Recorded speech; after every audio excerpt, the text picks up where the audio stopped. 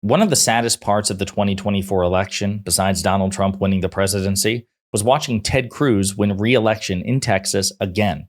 Fortunately, there was a small consolation prize, which was Cruz going viral during his victory speech when one of his daughters reacted with visible disgust at the mention of Donald Trump, humiliating Trump and, by extension, her own father, and that's hilarious. But before we unpack all that, if you end up liking this video and you want to support the channel, please be sure to hit the like, subscribe, and alert bells before you go. All right, friends, I got a clip to show you here, a couple of things to look at, and then we got to contemplate the current state of the United States Senate and what it might bode for the rest of us for the foreseeable future. Let's start with this. Ted Cruz unfortunately defeated Democratic challenger Colin Allred, even though it was a relatively close election, and despite Ted Cruz's wildly mimetic unpopularity. Lindsey Graham, I've played this clip before, one of Ted Cruz's own colleagues, famously said that you could murder Ted Cruz on the floor of the Senate, and if the trial was held in the Senate, nobody would convict you. He's that disliked, not just by Democrats, but also by his fellow Republicans. Stuff of legend. But for whatever reason, he won re-election. And so I want to play this clip because if you pay attention, one of Ted Cruz's daughters reacts with visible disgust when Ted Cruz, during his victory speech, mentions Donald Trump and people start to applaud. And one of Ted Cruz's daughters, and again, with visible disgust, tells people, don't clap about that. Pretty good stuff. I hope and pray that Donald Trump will be reelected as president of the United States.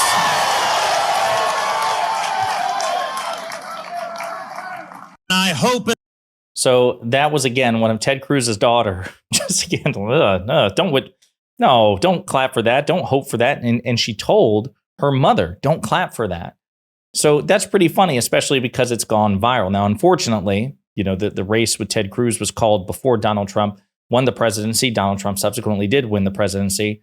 That sucks. But it is funny to see Trump and Ted Cruz humiliated by Ted Cruz's own daughter. So this has also, again, made the news. Ted Cruz's daughter grimaces, says don't clap for that during dad's victory speech mentioning Trump. Cruz, 53, secured a third term in the Senate, defeating Democratic challenger Colin Allred. While addressing his supporters in his victory speech, Cruz said, I hope and pray that Donald Trump will be reelected as president of the United States. We know he subsequently was. While the crowd cheered, his daughter Carolyn didn't. The teenager is visibly grimacing as well as appearing to tell her mom, don't clap for that. Carolyn's reaction is going viral in a TikTok video that is captioned, Ted Cruz's face says it all. The video has nearly 4 million views as of Thursday. She didn't even try to hide it, one commenter wrote. The don't clap for that is so valid, another said. The teenager did, however, clap throughout her father's speech for other statements he made, which I won't really blame her for. It's her dad, even though her dad is Ted Cruz. Can't hold it against her. In 2022, Caroline posted a now deleted TikTok video saying she, quote, really disagrees with most of his views, end quote, when speaking about her relationship with her father. Somebody who has a lot of family members with whom we wildly disagree politically, I get it. Totally understand it. Fortunately, and I actually posted this on my community page for those of you who want to read it, I have a very different father from Ted Cruz. Even though my father in the past has voted for Donald Trump, he made a different decision in this election, and he sent me a text after Vice President Harris's defeat. I posted it on Twitter. Just again, for those of you who need inspiration, for those of you who are thinking, why the hell do any of us do this? Why do commentators do this? Why do people in the audience share what we do? Why do they participate? Why do they spread the word? It is possible, believe it or not, to change hearts and minds. Now, can Caroline Cruz change Ted Cruz's mind?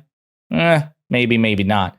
But the broader implication, besides dunking on Ted Cruz, which is always fun, and I think just an objective moral good, is to contemplate the situation with the United States Senate. So one of the other unfortunate consequences of the election is that the Senate is changing hands.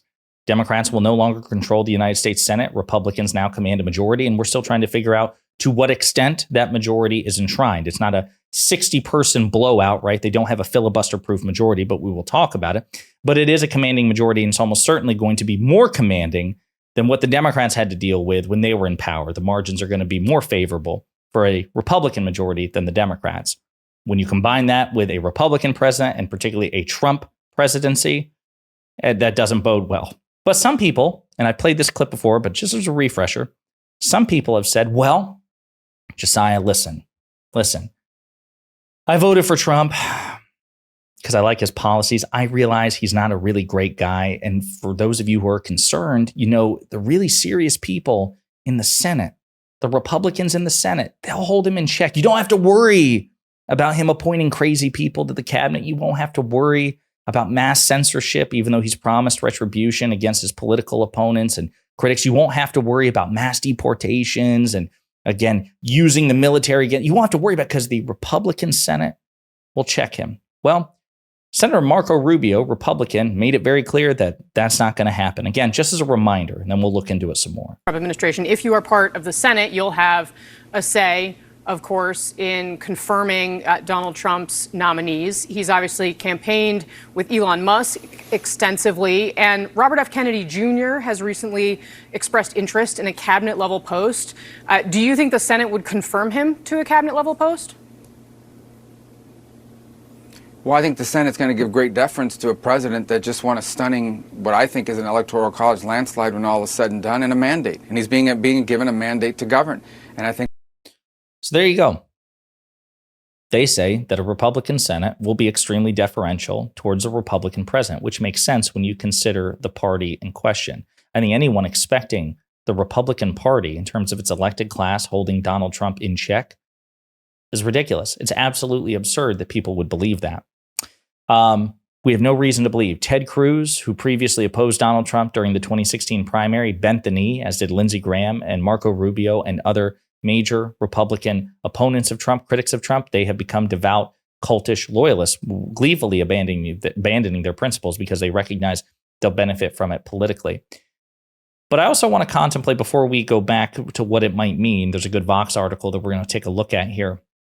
I also do want to do a bit of a retrospective, because somebody posted this on Twitter yesterday about, follow me here, the Trump classification, or excuse me, Trump quote unquote classified documents case. The documents case that was thrown out by Judge Aileen Cannon, a Trump appointee.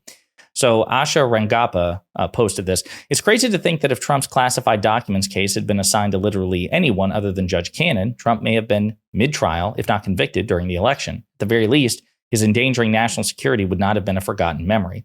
Now, the reason I'm talking about this in the Senate, in a context of what it means for the Senate, is this.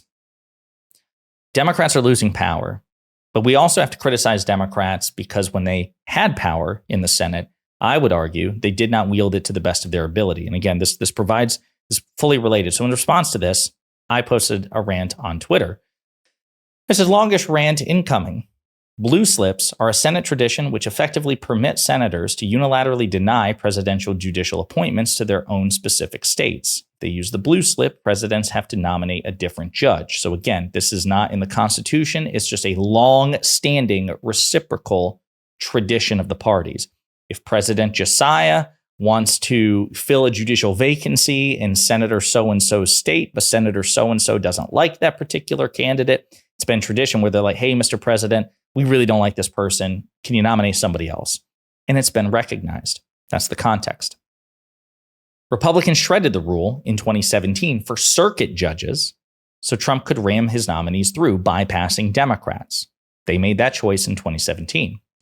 When Dems took the majority in 2021, they refused to revoke the blue slip rule for district judges, which is what Aileen Cannon is. She's not a circuit judge. She's a district judge. And Democrats had the power to do what Republicans did for circuit judges to district judges, and we chose not to. And as a consequence, Republicans were able to block Biden's nominees to district court vacancies in Florida. Thus, there were fewer judges to take Trump's documents case, increasing the probability Cannon would get the case. And you know the rest. So I want to be clear. I've mentioned this before. It's really important to talk about these things when we're evaluating consequences of power. The Democrats were in a position to do what Republicans had already done proactively. They could have said, hey, listen, Republicans, when you were in power, you did what we asked you not to do. You shredded a long-standing tradition for a specific type of judge simply to cram nominees through against our will. Now that we're in power, we're going to do the same thing to you. We're going to give you a taste of your own medicine. You did it to us. We're going to do it to you. Just like we had to live with the consequences of your decision, you're going to live with the consequences of ours. And if there's a vacancy and you don't like our judge, tough. We're going to fill those vacancies anyway. Instead, under the feckless leadership of a very well-intentioned, but ultimately, again, feckless, Dick Durbin, Senate Democrats didn't do that. Senate Democrats allowed this asymmetric system in which Republicans were able to block nominees. And because there were not these vacancies filled in Florida, that reduced the number of available district judges to take Trump's classified documents case. And then when the case was randomly assigned, do the math, by definition, the probability increased that it would land in front of Cannon. And that's exactly what happened. And so I conclude, ironically, Republicans will very likely do what feckless Democrats didn't and revoke the blue slip rule for district judges. This is what I mean when I say that Dems should be more ruthless. I expect, maybe I'm wrong, I expect the moment it becomes convenient, Republicans will say, hey, we already shredded the blue slip rule in 2017 for circuit judges. If Democrats start blocking Trump's nominees for district courts, we'll just do the same thing for district court judges. And there will be not a damn thing that Democrats can do about it. So let's get to this Vox article. Republicans have won a majority in the Senate, flipping the body after 4 years of Democratic control. This was the predicted outcome, given how vulnerable Democrats were this cycle. While they were defending 9 battleground seats, Republicans were only defending 3. The GOP successfully flipped key states, including Montana, Ohio, and West Virginia, while holding off unexpectedly competitive challenges in places like Nebraska and Texas. The new Republican Senate majority will have a chance to govern with a Republican in the White House after Trump won a second term early Wednesday morning. In their campaigns, Republican Senate candidates leaned heavily on critiques of Democratic's economic policies as many voters continued to grapple with inflation and high cost of living. They also kept up fear-mongering on immigration, arguing that they could only offer solutions to border crossing surges like the one in 2023. Overall, because they weren't in control of the Senate, Republican candidates were able to capitalize on anti-incumbent sentiment and current discontent as they campaigned to take back certain seats.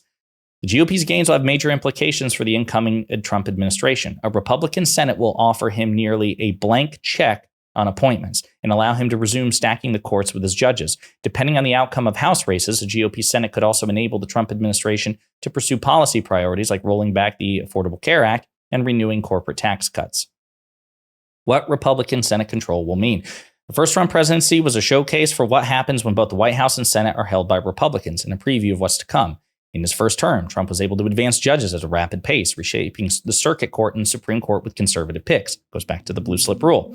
In total, Trump was able to get 234 judges confirmed, including 3 who now sit on the Supreme Court, who helped overturn Roe v. Wade and also give him the Trump v. United States immunity decision and also throw out the 14th Amendment insurrectionist case. Similarly, Trump faced little backlash or accountability for his rhetoric or policy decisions throughout his term, including attempts to implement a Muslim travel ban or to shut down the government as leverage for funding a wall along the U.S.-Mexico border. Although some Republican senators spoke out, few truly vocalized their opposition to Trump or scrutinized his actions.